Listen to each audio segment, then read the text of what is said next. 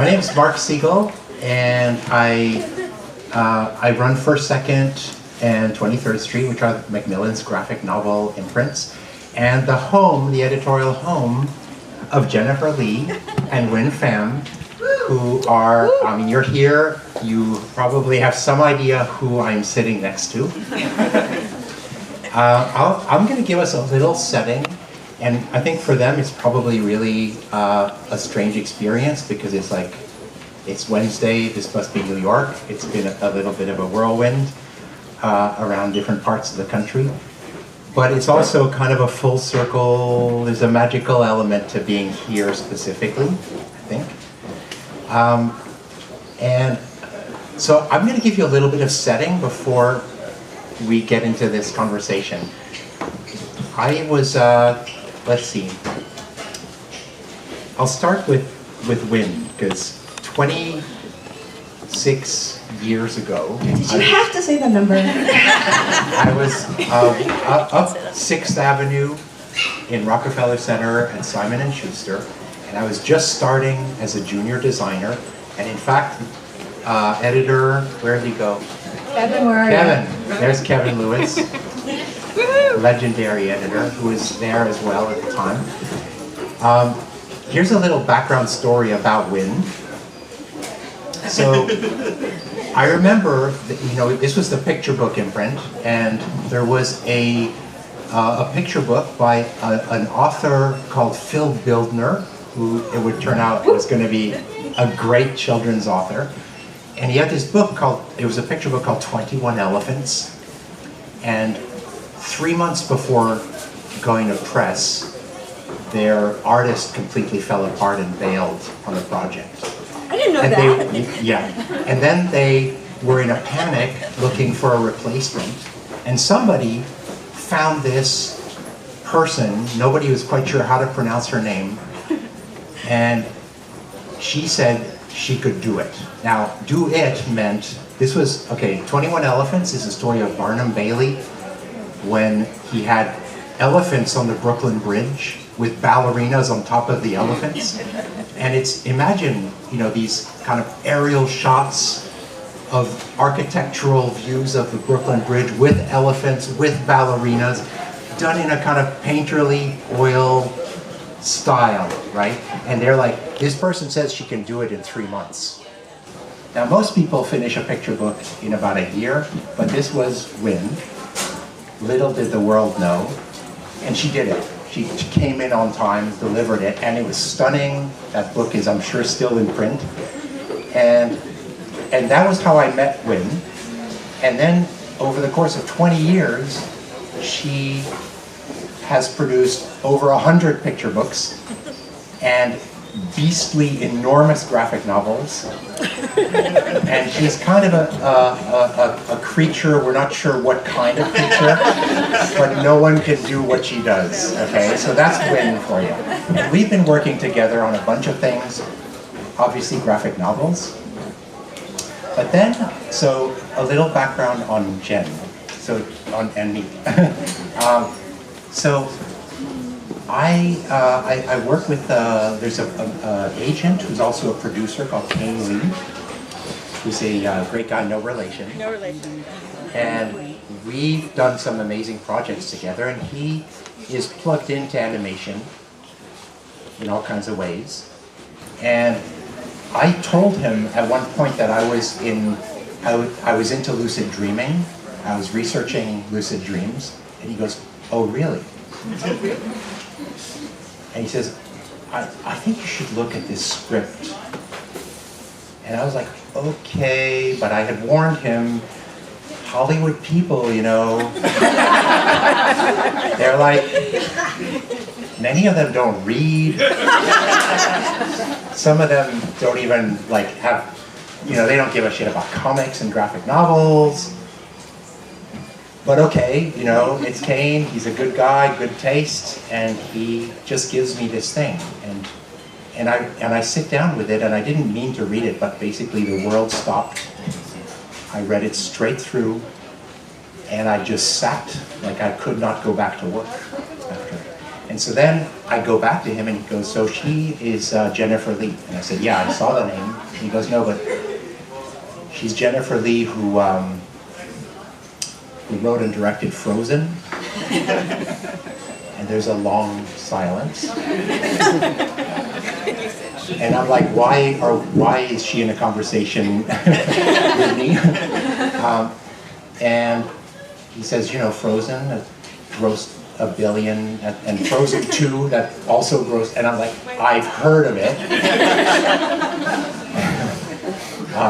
But so the amazing thing to me was like, unlike, you know, we get a lot of submissions from Hollywood sometimes, and it's like, to them, sometimes it's making a graphic novel from a script is just making a nice juicy pitch for a project. So it's kind of a doormat on the way to better things. And this was not that. This was this very intimate, very personal, and even before I knew some of the roots that brought this project into being for Jen, it was like, it was real. Everything about it felt real, even though you'll see, if you haven't read it, if you have read it, don't spoil for the others, but you know, there's what some people would call supernatural element, ethereal, definitely mystical, but you could tell it was anchored in something lived, you know, and art, like actual art in a way that, you know, I mean, Hollywood, hey, what Disney does is awesome, but it's like, you know, when you look at the credits for 10 minutes and you're seeing armies of people and all the babies that were born and all this. I mean, some babies were probably born during the making of this, but it's different. You know, this is like two people, and, you know, support. We were like the support staff cheerleading, but it's real handcrafted individual creation. So anyway, I was, you know, the more I learned about this and who Jen is, and I gotta say, you know, this book is why First Second was created in the first place. And Wynn has completely outdone herself. And, you know,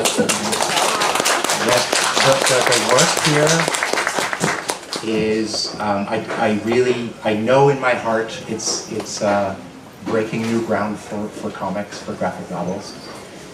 Okay, so now that's a little bit of the background story, and I don't mean to throw us back into history, but it's like there's a long journey that has come to the point of this, you know, and then it's like now it exists, it's its own thing.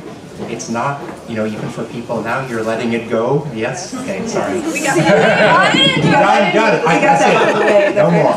We will sing it before the evening is up. I won't even try any rough jokes or anything. Okay, so.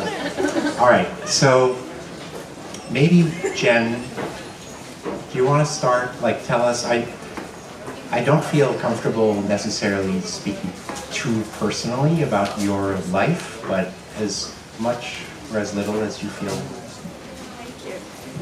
Hi everybody, thank you so much for being here, and there's some beautiful faces I haven't seen in a little bit, and I'm a New Yorker, so I'm happy to be home. Yeah, I'll say about this is, you know, this is the most personal story I've ever done, and it is complete fiction. Every aspect of it has been fictionalized because I think mostly for two reasons. One is I think I needed distance so I could write something that could grow into something it needed to be. And two, because I do believe in protecting our personal lives a bit. So, but I'm always happy to talk about the inspiration in the sense of this is a story about first love and the power of first love, that the most visceral thing that first love is, but it's also about first loss. And when you're young, you feel everything more than anything, and yet you have no layers of life, I think, to get you through any struggle. So it's a love story about Franny and Sam, who find each other, coming from complicated homes like we all have, in a world where some have fought their way through their own grief, some have not fought their way well through their own grief, and when they find each other, this incredible love they find, it's like they found the person, and there is an accident. And so the story looks at their relationship, both before it and after it. It's there. We talk about lucid dreaming in that I dreamed through my loss. And I don't mean that like, let me tell you my dream, and it's kind of like, you know, I mean, I grieved through my dreams. They were as real as life. I was awake in them, I was lucid in them, I was conscious, I could ask any question, I could touch anyone or anything, we could fly. And I really wondered if love couldn't prevail over anything, even the greatest divide of all.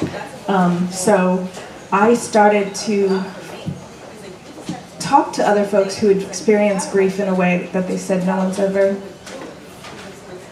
validated that for, and we had that same conversation of this part of grief we don't talk about, and how this part of love we don't talk about enough. So I started to work on this 20 years ago.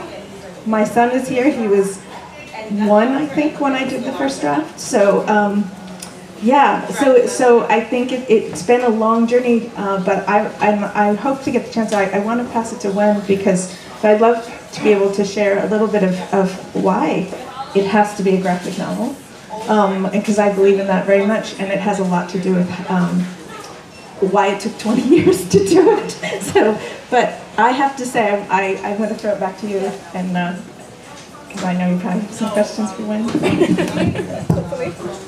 So it was an interesting moment, because Wynn, as I mentioned, has been very busy for the last 20 plus years. Yeah.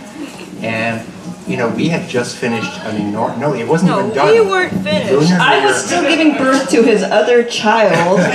Lunar New Year love story. And that was like, I just read this, and there was basically nobody else in the world that I could think of at this point. So I'm like, okay, Wynn, could you just read a thing? And I did, and I gave it to you. Yes. And it was I have terrible time sleeping. I really suffer from insomnia. So I get this email from Mark, and it includes a manuscript, and I'm mad at him because I'm like, I can't sleep, I'm working on this other book, what are you thinking? And 2 in the morning, I'm still not asleep, and I'm like, all right, I'm just gonna pull this thing out. And written by Jen Lee, the most generic name. I thought you were a tiny Asian girl who was like fresh out of writing school. I'm like, I don't know what Mark's doing. And I get this script, and I get a lot of scripts. And I keep saying this, and you're just gonna stop believing me, but I keep saying this. I've never received such a perfect script before. Like, it was a really, really perfect script. And what I mean is, it was only 95 pages long. It was the most slender script I'd ever seen. And it meant not only could I read it through quickly, it meant I could read it 3 times through quickly, because that's how many times you have to read the story to really understand what's happening in it. And I could see the movie in my head immediately. Like, immediately. At 2 in the morning, Mark, thanks a lot. And the next day, I emailed Mark back, and I said, I gotta do this book. I know exactly what it's supposed to do. And it scared the shit out of me. Like, really, this was the hardest script I've ever gotten. If you read this book, you'll understand there's so many different realities that are introduced. There are so many different perspectives that are suggested. It's a love story, it's a supernatural story, it's a lucid dreaming story, it's a horror script, it's a hopeful script, it's all those things. It makes you cry. And I knew I was going to be crying for 6 months when I worked on the book, and that's exactly what happened. 6 months of pure crying to do this book. That's my lead-in to my part of the book, so. Yeah, and 6 months is kind of unheard of You know, it could have taken 3 years, and that would be kind of within range for us. So, okay, so the team came together, and it felt there actually was a lot of kismet and strange, odd things, and the timing. It's like it's not been easy, but there has been a weird ease about it, right? A kind of like it wants to be.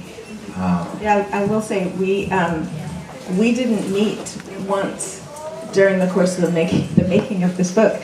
We met after, when in Pittsburgh, it was the first time we met in person. We only talked on the phone twice or 3 times, and it was this trust that, unlike anything I've ever experienced, there was this, I will say, this feeling with both Mark and Tess and the editor and Wen in trying to realize this, I felt I had taken it as far as I could go, and it needed folks who could understand and believe in what it can be. I mean, it does have, every line in it means something the first time you read, and something else the second time you read. Every motif, every piece of symbolism in it is intentional and critical for it to be what it can be.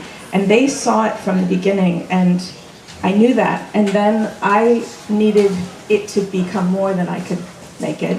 And so when we talked, there was just this sense of the most important things, but to hear her say things like the dress, the wall, the flowers, the color, this color, the just all the motifs you understood immediately, and the intent behind the word. So there was just trust, and just, I answered your questions and then you just went. It was incredible. We're gonna get all goofy and goofy up here, sorry. It's only been a week we've been hanging out, really.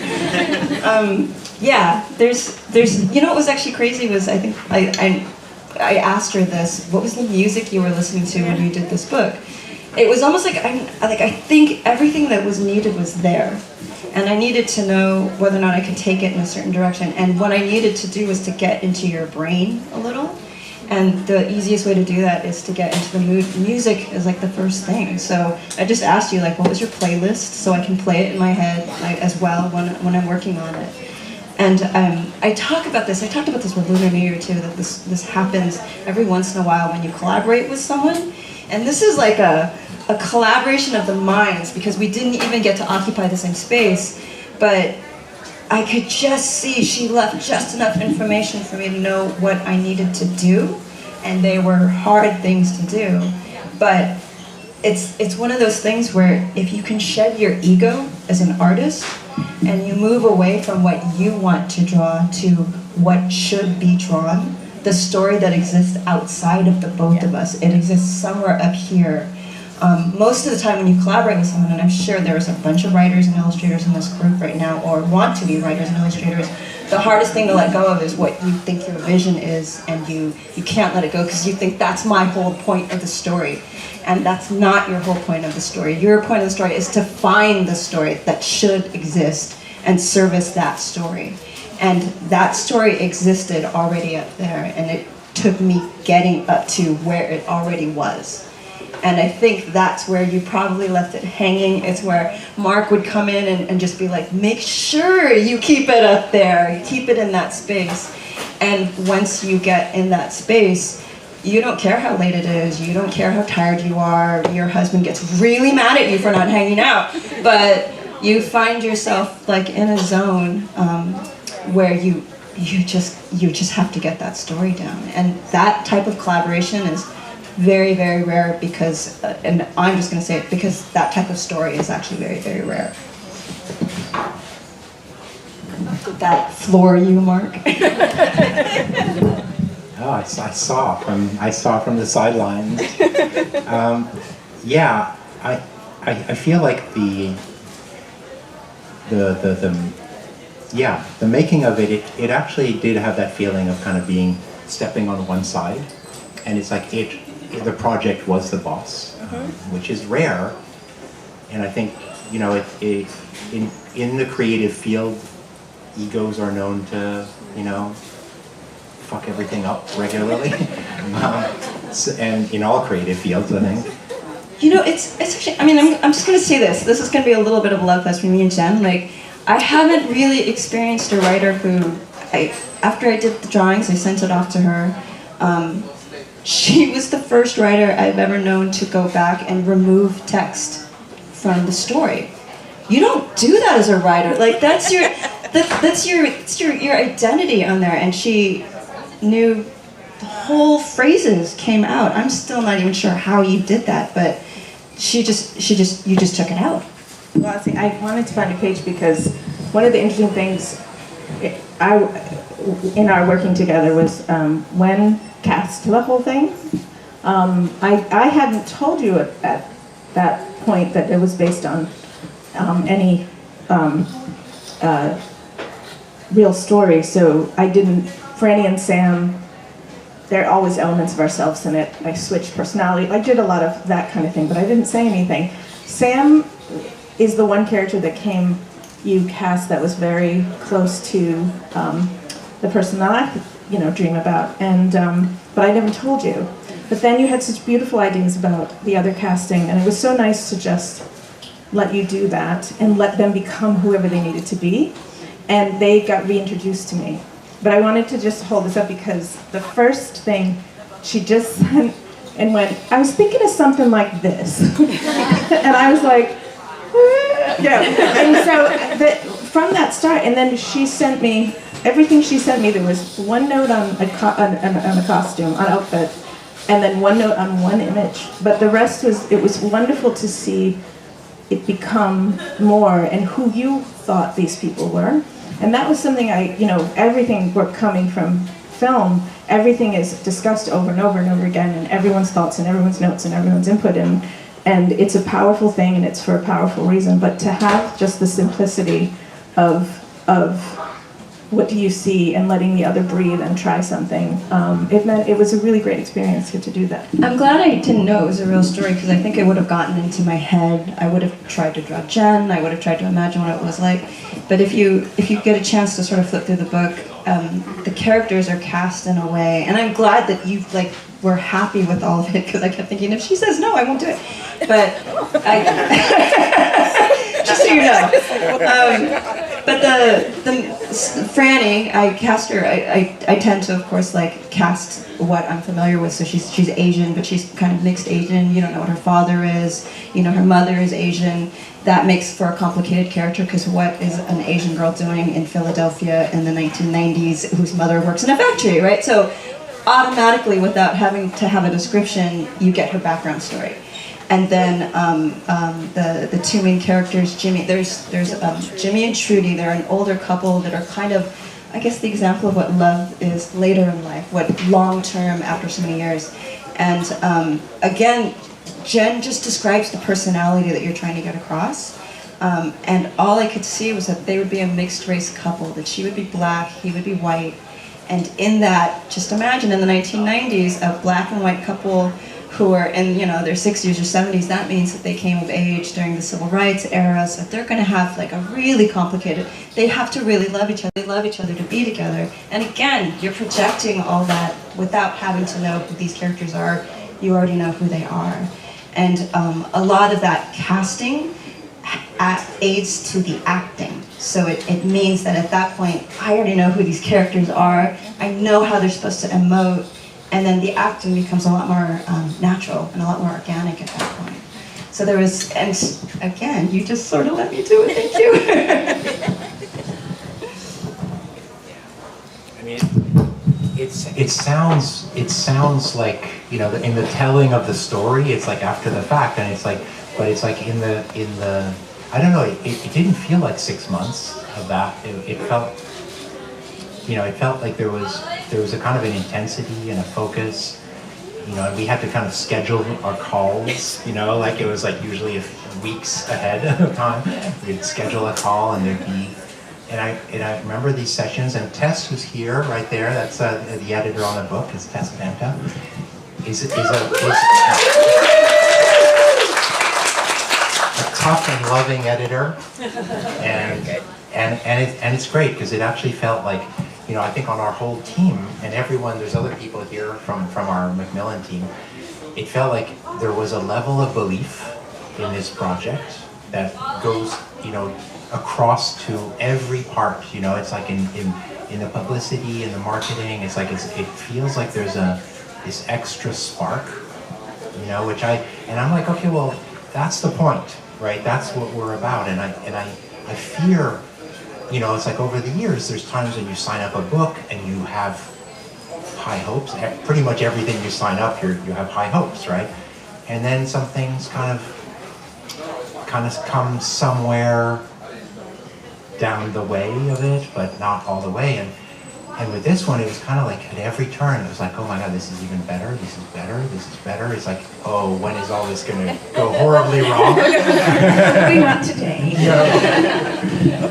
No, because it exists. Yeah. It exists. I mean, now it escapes you, right? It's like it's in the world. So I think you very nicely, maybe knowingly or not knowingly, actually probably knowingly, because that's the kind of publisher you are. Would very gently be like, have you thought about this? But not like, this scene doesn't work. He'd just be like, have you thought about this? But the concept of, when I mentioned earlier it took 20 years and why, and I think there were a lot of folks when reading it, the thing about screenplays that I was taught is every word has to count, and if you don't put it in there, it will be invented by someone else. And if you do put it in there, it better be in there for a reason. And so the intent has to be there. So there was no description. The cows are there for a reason. Believe me, the cows are actually there for a reason. So, and the chestnut trees are there for a huge reason. And particularly, I'll tell you a little history, and I won't over history you, but I set this in Pennsylvania. My experiences weren't in Pennsylvania. My first husband was from Pennsylvania. I spent a lot of time there. But I heard about the chestnut trees, which were destroyed by a terrible blight, and they didn't come back in the way that mattered. And so one of the characters has a goal to he believes there are chestnut trees still alive out there, and he wants to find them and bring it back to life. And that idea of, there's the mythology of Orpheus and Eurydice is in here, and the idea of bringing things back to life. But every one of those motifs mattered, and they all had to work together. Every scene has double meanings. So to explain that, especially, it was a screenplay, because that's how I write in pictures, I think in pictures, but explain that to Hollywood, like you said. And so there was a lot of this feeling of like, it won't work, it won't come together. And so the idea of like, even as it was going through the process, it was going, okay, well now we've got a whole organization of how we're going to communicate as Franny and as Sam, before the accident, after the accident. Put that down. Is it clear? Wait, it's clear. Like all of it, and it's all because of you. I'm telling this all to you. But it was an interesting thing that I think the one thing the graphic novel was able to do that I think film doesn't always have the chance to do is I think the same thing. You already go into this with a graphic novel. You look at every shot I call them, every illustration, and you know that every single thing had to be chosen. And I will say animation's like that in that we literally have to even design a jar of lutefisk, but the intentionality has to be there, so you're already giving into that. And I think it's something, and the intimacy that builds between you and the book is not something that's the same in film. So I think it was such an incredible experience to watch it grow and actualize and realize itself, and these two characters' journey actually become more true every chapter. And so for me, it was I mostly just cried through the whole thing and said thank you. I mean, it was really, I feel like it was just this grace of this very small team that became a very large team, but of individuals who saw what they could do with it. I have to say, I'm really frustrated because you guys haven't read the book. You don't know how clever we actually are. Just wait, please. When you read the book, go through it. All these things we're talking about. Look for the symbols that are in there.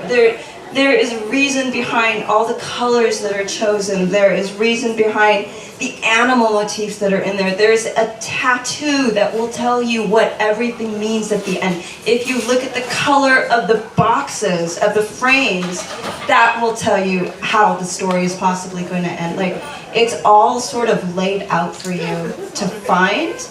And what was fun was that it was there in the script, and it's a little, and I've said this before, when you get a good script, it's like you're dancing with like Fred Astaire and you gotta be Ginger Rogers, you know? Like, you have to just live up to that. And so to pull all of those symbols that you had and to make sure that it was understood, and we're being very vague about the story is about, but we all know the story of Orpheus and Eurydice, right?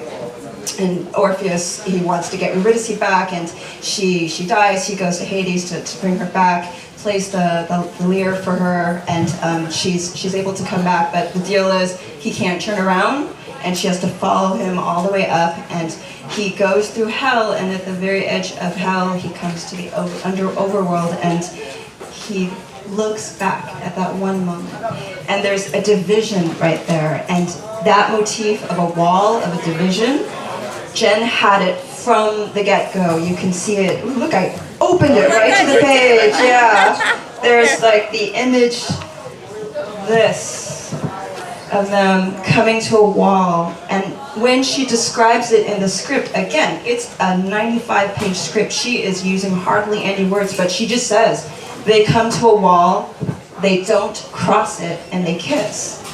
And I knew that meant something. I knew that motif of the wall was going to come back. And any time I could inject a wall back in, because I understood that's what she wanted, I would put it in. Not only would I put it in as a physical wall, but I would also put it in as a virtual wall. I would separate them on the page. And I'm going to point out my publishers on this too. How often does a publisher let you just take one spread like this? This is not a picture book, people, it's a graphic novel. And there are so many illustrations in this book. Like, I do picture books primarily. I'm more of an illustrator than a graphic novelist. And any opportunity I can to have a moment, a quiet moment, I'll take it. But most publishers don't let you have it. This book is filled. You just let me do it. I mean, it's a bit of a misunderstanding here, because No, we like our version. I mean, we like our version. no, when you trust, look, I mean, when trust is there and you know it's like it's in the right hand. The thing is, you know, this is one of the problems sometimes when there's adaptations, like when people try and turn Shakespeare or a novel into a graphic novel. It's completely overstuffed. It's unreadable. It's like huge balloons with like 3 paragraphs of text in them. It's kind of hard to digest. And the marvel here was that there's this kind of, the space is full. It's full, right? So, and that's what you show some of these moments, and they're breathtaking moments. I think you can't say anymore that you're more of an illustrator than a cartoonist, because not after this book. Not after this book. So, okay, how about like a little shift in gears? Let's talk a little on the technique side. Can you talk about so obviously you are a queen in the animation field. Sorry. Not anymore, darling, I'm old. But no, I mean, look, this is like major creations in the animation space. And you have your roots in animation, so you made muscles. And I gotta say something about people from animation, because in comics we work with people from all different fields. Be careful there. I'll be careful. I mean, there's probably some indie cartoonists here. I'm gonna diss you in favor of the animation people. Forgive me. Keep sending your projects, please. But no, I love indie cartoonists, and I believe me, they're in my heart. But sometimes, when you're talking to an indie cartoonist and it's like the beginning of a project, and we're like, okay, let's do a bit of visual development. Can we see some character models? And they're like, sure. And maybe a week and a half, 2 weeks later, a JPEG arrives in my inbox. With animation people, and if they're WinFam, it's like the next day there's 50 waiting for you in your inbox. And the animation people, and it's not a value judgment ultimately, but the animation people have been so hard trained, you know, that they've had the preciousness ground out of them by DreamWorks and Disney and the other big places. And when, like from the start, I mean, in our earlier projects, you know, it has, you know, somebody once told me that mastery gives the illusion of speed, but for the master, it doesn't feel like speed. Can someone write that down? So I would love it. I would love to just get your take, but without straying from this project, in terms of like working animation and working graphic, not so much like the fact that, okay, you have an army of people you're working with, but so it's a much more collective process. But in terms of what these things do, you know, differently, like prose does certain things much better than graphic novels. Graphic novels do certain things better than movies, etc. Right? So it would be great to just have your take, because you bring a pretty rich expertise, you know, really, or experience, or whatever you want to call it. Do you want to talk to that a little? Anything? I can give you another question.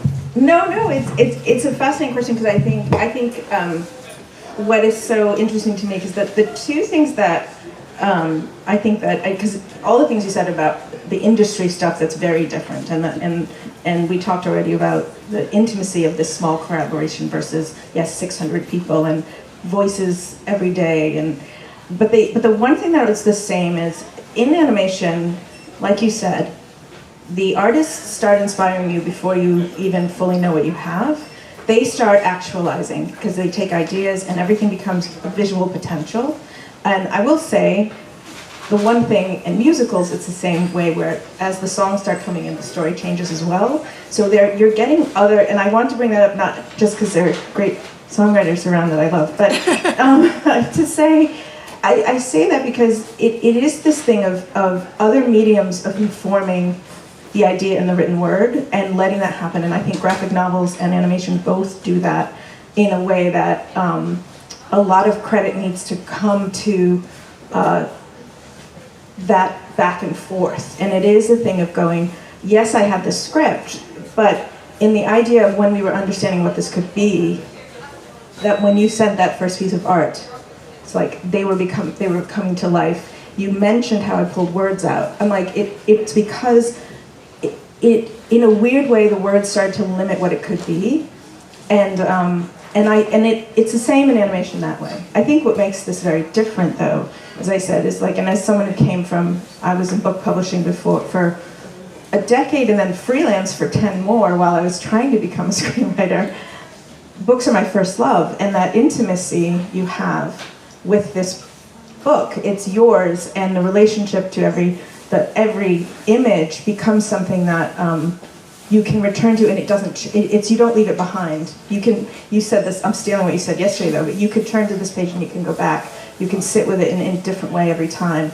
And I think when you're talking about love, and when you're talking about grief, and you're talking about hope, it's very personal to every one of us, and that relationship that you end up having with the book.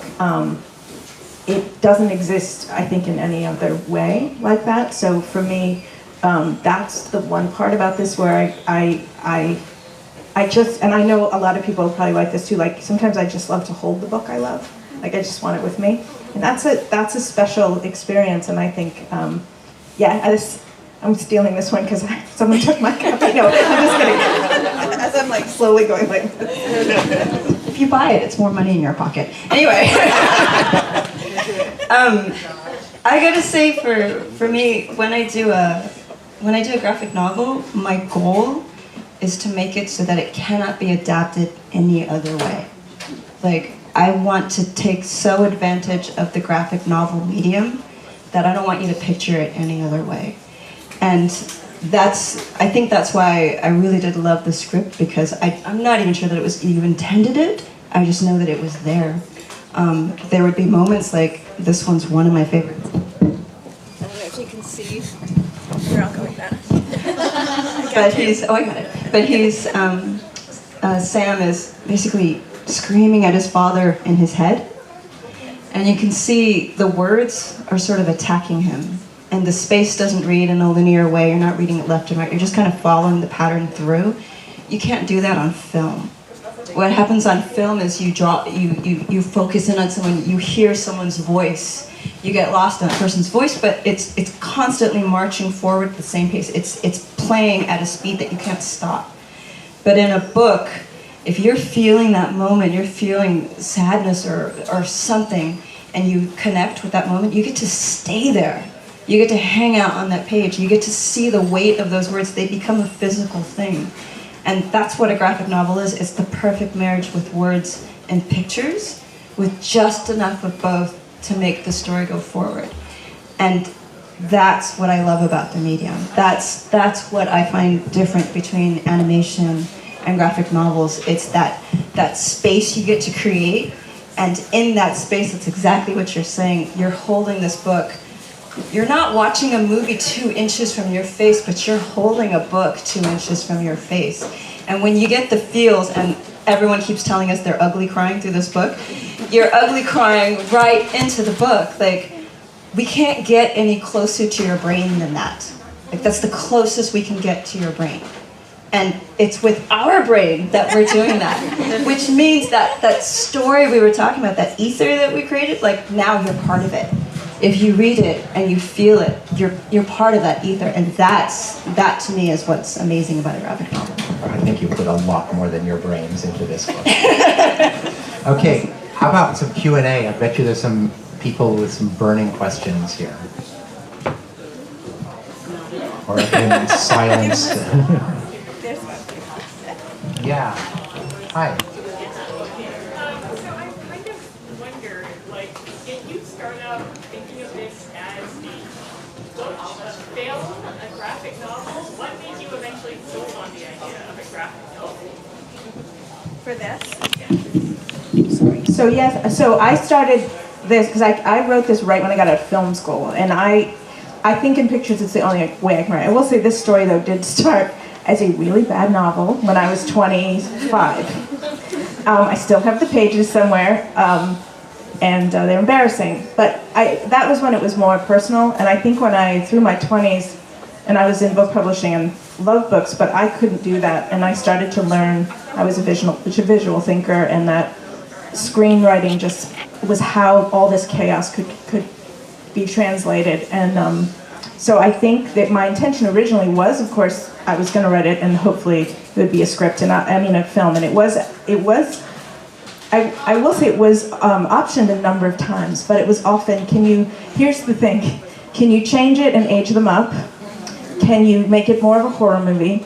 Can you rewrite these 2 parts bigger because I want to put my sons in it? I'm not kidding. But it was also a lot of no's that were saying, I don't think it'll work. I don't get it. I don't think it'll work. So I think for me, there was and I kept trying to go back to it and see if I could fix it.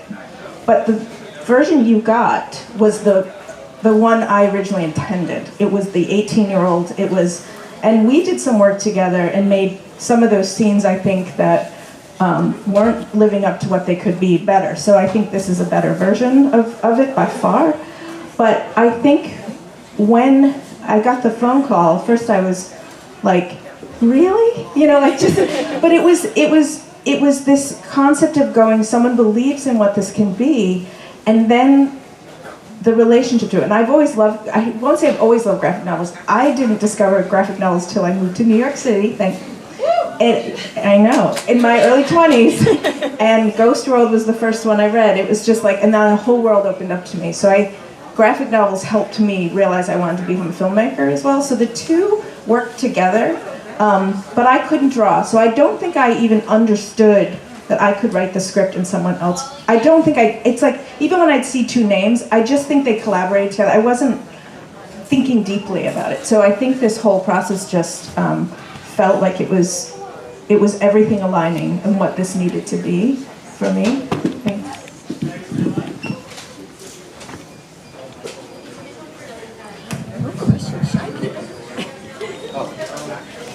How did the names of did the characters come about? How did the names come about? There's a lot of hidden things in the names of for some of the characters from my own family and the family of the person that inspired this, but names that only we know, so there were some that way. There's a character I will mention though. I want to mention this one character who I love because he is loosely based on someone who was wonderful in my life. His name is Jimmy Gibson, but he calls himself Tom Gibson, or Bobby Gibson, sorry. The real was Tom, and it was Tom and Jimmy. But he's a character who had a stroke at one point, and he has aphasia, so he understands everything coming in, but he can only say a few phrases. And one of the phrases he says is, "I'm Bobby Gibson," and they keep correcting him. He's Jimmy Gibson. He keeps saying his father's name and not his own. And hopefully you might learn why. But that character is based on a family member of my son and my ex-husband, who I adored, who had aphasia. And they said he had more insight than anyone. And he was such a beautiful person. And so I just felt like he understood. He would look at you and he would know. And I just wanted him to be a part of this. So there's when I say the elements of personal and names, funny thing is, I know a Jared and I know a Josh. These are not those people. I wrote this before I knew those people. They're great people. But it was brothers, and they were names I liked. But so some of them were a couple of things like that. I was going to ask, how did the cover come to be? It's really iconic. So. I don't take credit for that. Cover? How did it come to be? No. I think I this book, they let me do everything, but the cover was the one thing, and I feel like, who was this? Sunny. So I think I made 20 different cover ideas. Covers are the worst, people, just so you know. They're the worst, because you gotta get everyone to like them, and I don't know what you're gonna like. I know what you like on the inside, but I don't know how to sell a cover on the outside. But I had so much fun coming up with all these designs, and then wonderful designer Sunny from Macmillan.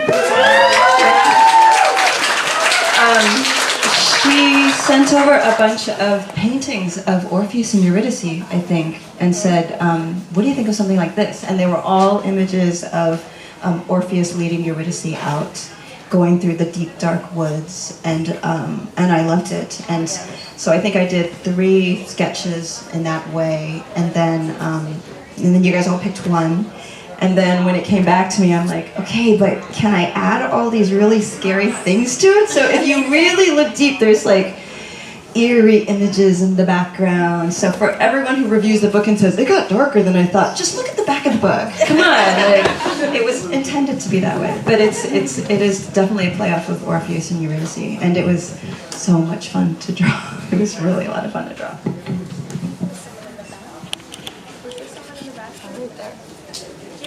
I was just wondering, how was the experience of returning, firstly to a creative work, and secondly to a very personal work, after a significant length of time away from the project?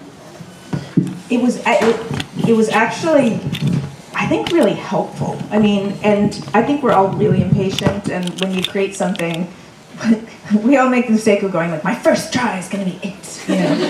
Okay. But I think I was 20 years old when I went through the experience that inspired this. I am 54, and I have a almost 23-year-old son who has been in a wonderful relationship, and as they turned 20, that was a lot harder, and it happened as I was doing this. So I will say those things come back, but when you have the layers of life finally, and you're so grateful for them, it actually made it easier, I think, to find even more hope through this. And that's when we worked on, there's a scene with Franny in her mother, and that scene was much sadder.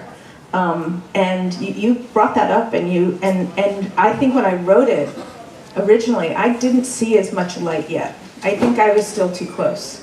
And when I went back to it, and we went back to it together, I could see the light. That's the scene. And so I do think that's something. You can't see it. I don't know why. But I think the end, when you get to the very, very end, it makes more sense coming from where I am now. But I hope, in a way, it's that reinforcement. I mean, one thing, there's some intensity that happens in this that it got more intense, I think, in action and choice than I did make in my own life. But it was the feelings were there to an extreme. And I think that understanding, I really hope, especially, with the young adults, and is these losses, they are so important. They're the making of you as much as they are the breaking of you. And I think that, to me, what I'm hoping is that people understand that, like, what a wild, wonderful thing it is to be in love and to have that person in your life and to be inspired by them even 34 years later when they're not with you. And so I think that kind of thing, I don't think I would have had the maybe confidence to think I could get that hope in here. Maybe that, if it had happened, I might have made it the horror movie. That's probably what happened. I gotta say too, like, again, we're kind of skating over it, but I keep talking about how, like, this was such a perfect script. In that, I think what made it a perfect script is there is this intense truth in the book, like a really genuine feeling of love, of loss. Like, I know the book is fictional, and I know you made it up. Fictionalized, thank you, that's the difference.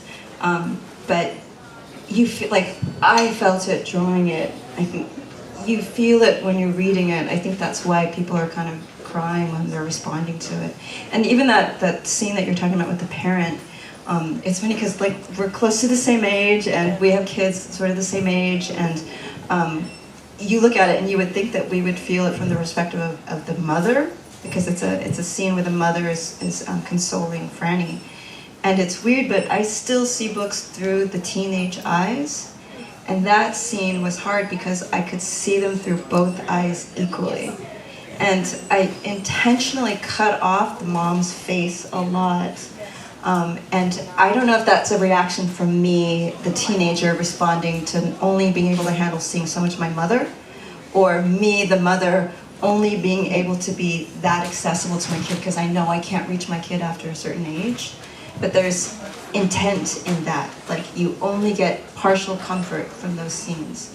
And this is not something we're expecting you guys to go, my God, they're brilliant. The idea is you're reading it. I mean, we hope you do.